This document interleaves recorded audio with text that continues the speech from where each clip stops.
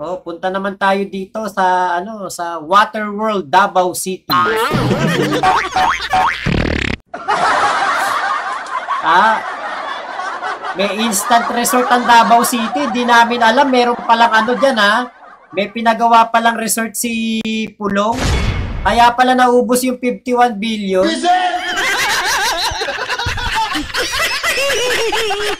Ayan Ginawa niyang resort yung yung Davao, hindi namin alam nakakainggit naman. Sana dito din sa Cavite, ganyan. Diba? Diba? Kita nyo, sana all. Abay malupit. Wow! Sana all kayang mabuhay sa baha no? Actually, yung mga taga Davao, na-immune na lang sila. Hindi naman sila pwedeng magreklamo Hindi naman sila pwedeng kumuda dyan na magreklamo tungkol sa pamamahala ng mga Duterte. Di nawala sila dyan. Kaya, nabubuhay sila dyan. Diba? They tried to cope up with the situation. Kumbaga yan, parang kuwari may baha, okay lang Basta Duterte mayor namin, okay lang. Diba? Ang lalim hindi ko na nakita to, lalim pala. Kala ko mga hanggang tuhod lang yan, Hanggang pala, dibdib. Tapos Mariosep, bawal umabsent sa trabaho, Ate Ay Morena. Luwag naman ang resort nila. Parang Waterworld, Davao City nga po. Diba? Kita mo. Hindi lang yan Ito, sa Bangkal. Bangkal, Davao City. Punta naman tayo dun sa sa lugar ni, First District. Ito ba yon First District? Ayan, Mariosep. Wala na taon nagsapa mo ang lugar din ni dating bahaa. Buhay sa mga sakyanan na stranded ang uban. Yan ang buhay ng mga taga Davao. Atlog sila mo lahos. Dapat dito sa Marina yung sasakyan.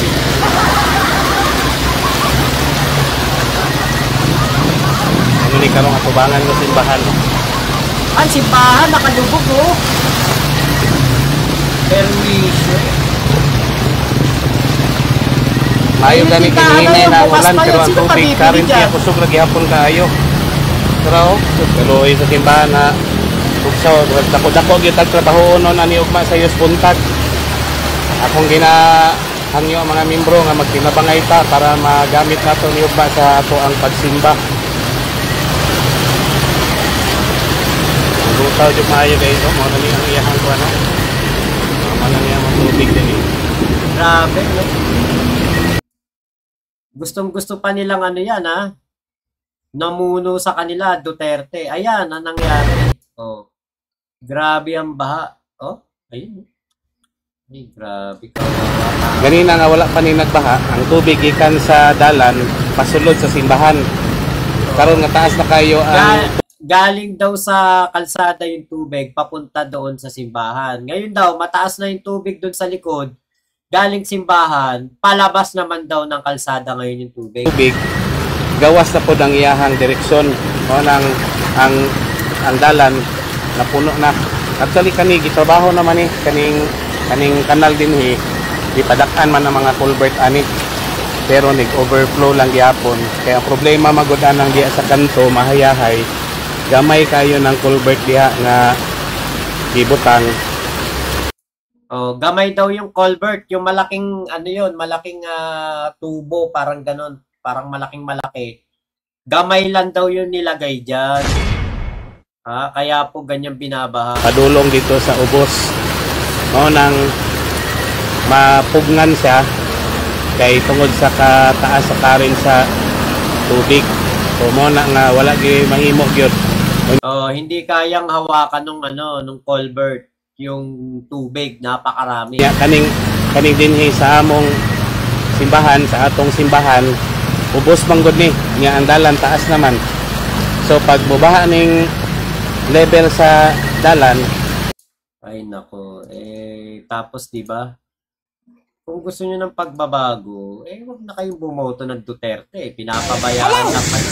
Ay, Ito ganahan ko! nakakatakot. Ayan eto'y nakakatakot no napanood ko. Kasi ako po nagmomotor din ako eh. At hindi ko to naranasan kailanman. Kahit sa Bulacan, hindi ko naranasan to. Meron ako motor sa Bulacan. Ako doon mababa kasi doon. Kasi dito sa amin, sa Cavite, medyo mataas kami. Silang Cavite kami. Hindi kami gano'ng binabaha. Walang baha rito. Hindi ko nga nababalita may baha dito eh. Ngayon, dyan po sa lugar na yan, makikita niyo yung motor dyan. Tinangay ng baha. Kung ako'y nakamotor na yan, baka namatay na ako eh. Hello! Ay, ganahan ko! Ganahan ko! Oh. Kuya! Nako! Oh my God! Sus Maria Josep! Ayun nahulog sa ilog. Pati motor. Hallelujah! Tabangi! Kita nyo, nahulog dun sa ilog yung tao. Kita mo guys, monay na kuan guys. Monay na anod.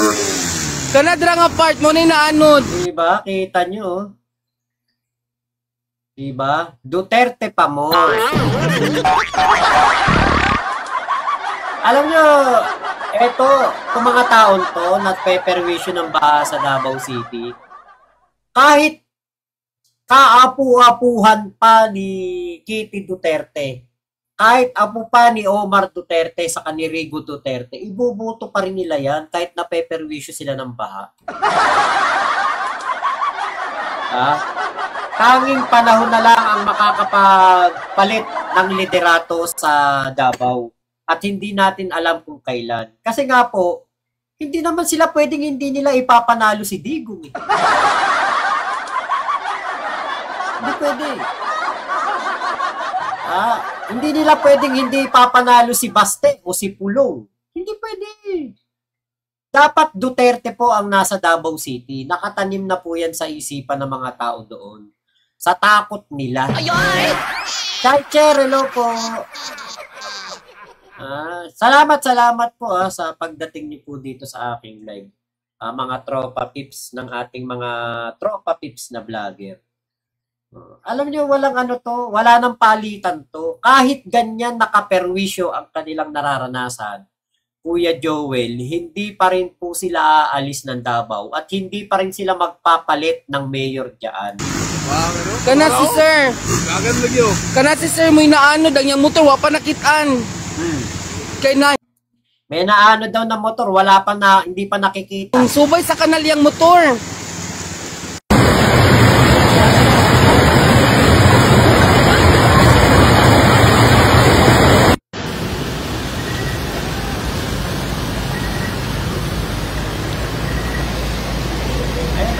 tanig sa pa mo ang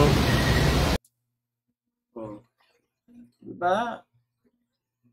Grabe ang hirap na dinaranas nitong mga tao na to, no? puntag. Presidente, dalawang kabata, babae lalaki ni Edna, sila karon sa barangay hall, tapos isa ka. At ang binabaha madala sa Davao City, yung pinag-ubusan ng 51 billion pesos. Yun po ang binabaha. Yung Mintal, First District yun. Yung Buhangin, yung Matina, yan ang mga binabaha. Tinignan ko yung mga First District eh. Yun po ang binabaha sa Davao City. O, eto.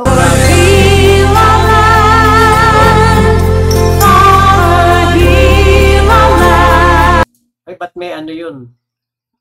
May kanta. Teka, tanggalin natin yung kanta. Ayan, no?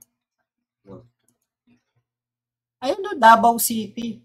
particular Talomo area and Bago Galera. Oh. Di ba? Kita nyo, grabe oh. Diyos Mariose. Grabe yung baha oh. Ang lakas ng tubig. Oh. Tinubusan ng 51 billion yan. Tapos, ganyan katindi ang baha. Di ba? Alam mo, tanongin niyo yung mga DDS, mga bobong DDS. Pare, sabihin natin, nasa na yung 51 billion? Na ginamit sa flood control project. Alam niyo, isasagot ng mga DDS, hindi pumunta ka ng Davao para makita mo. Yan ang isasagot nila. Bakit? Kasi nga, kahit sila, hindi rin naman nila alam kung saan napunta yung 51 billion ni Pulong eh. Diba? Kaya nga iniiwasan ni Marcoleta na mapunta sa 2016 to 2022 yung issue ng DPWH Flood Control Anomaly, Flood Control Project Scam, Ghost Projects. Kasi nga po, ang matatamaan ay si Digong at si Pulong.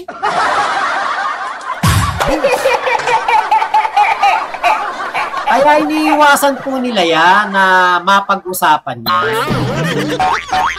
Ayaw nilang mapag-usapan yan ni Marcoleta kasi mauungkat po talaga yung issue ng baha, korupsyon na nangyari sa Davao City. Ito. Kita nyo itong mga tao dito. Ginagawa na lang biro yung baha eh.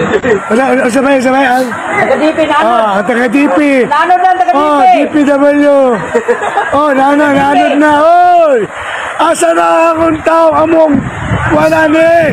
Justisya. Sabay. Taga-DP na ano? Nagkakatuwaan na lang sila. DPWH ang sinisisi nila. Diba? Pero kita nyo, diba dapat sisihin dyan si Pulong? Bakit ganon? 51 billion. Ang liit ng distrito mo pero pinag-ubusan ng 51 billion. Tapos kapag naihilang pala ka, bahana. Hindi kayang sitahin ng mga tao dyan. Sasabihin, Pulong, nasa na yung flood control project mo? Hindi nila kaya yan. Kaya ang CCC nila, DPWH. Pero ang totoo, sino ba ang naglustay ng pera ng bayan dyan? Yun ang tanong dyan eh. Diba? Yun ang tanong dyan. Chaicher, J.A. Telo, Odi Lenon, ayan grabe, umaalon-alon lakas ng agos. Grabe din pala baha dyan. Opo, Ate Maludeli yun. J.A. si Marcoleta lang magpapabuwag ng Duterte Black at makasisira sa mga plano nila. Sana nga, no? J.A. Kuya Odileno, hello po. Jane T. Resio. Ate Mabel Quinjo, bakit sabi ng mga DDS maganda at matibay daw ang flood control nila sa Davao? Matibay naman hayan baha pa rin naman Matibay yung baha. Diba? Yun ang matibay po, yung baha. Boy Nepo, may paraan dyan, sir. Patirahin si Mayor Vico dyan. Tapos patakbuhin na mayor dyan. J8, kailangan malaman nyo, mga DD sheets, ang conclusion nito. Etong si Marco Beta, siya ang magsisiwalat at mabubuking para mapabuwag ang Duterte Black. Maniwala kayo o hindi.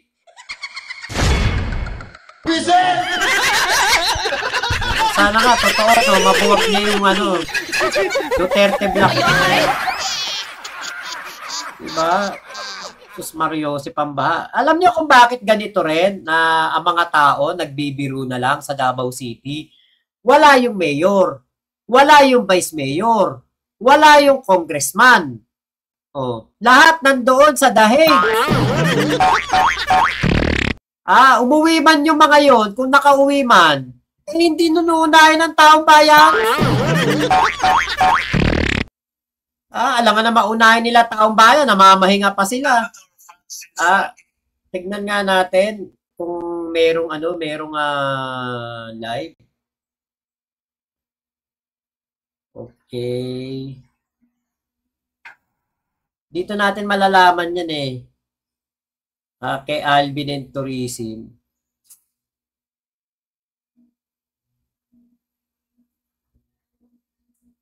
Okay. O, 6 hours ago. Nandito pa. O, si Rigo. Vice Mayor Rigo at Congressman Omar. O, ay mga nasa ano pa nga.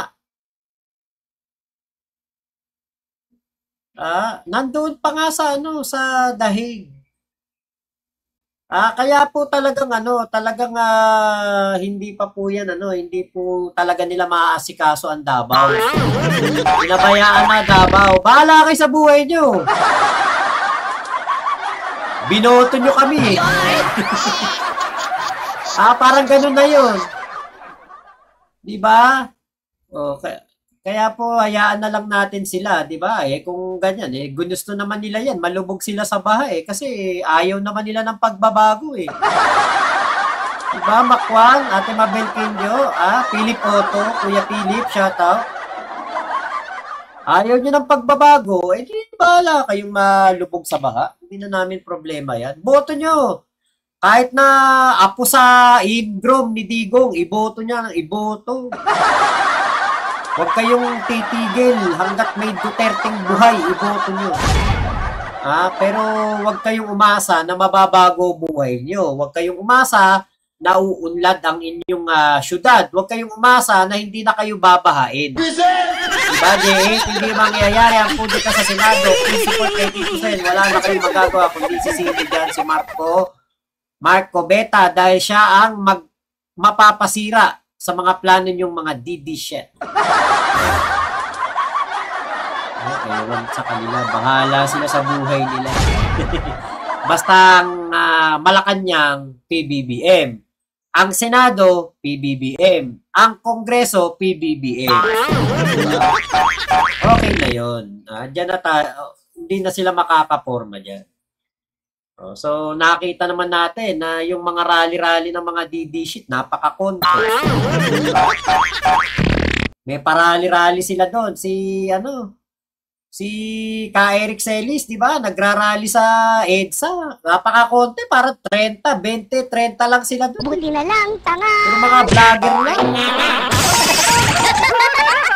So, paano po ako po magpapaalam na sa inyo at salamat po sa pagsama nyo dito sa aking vlog na ito ha.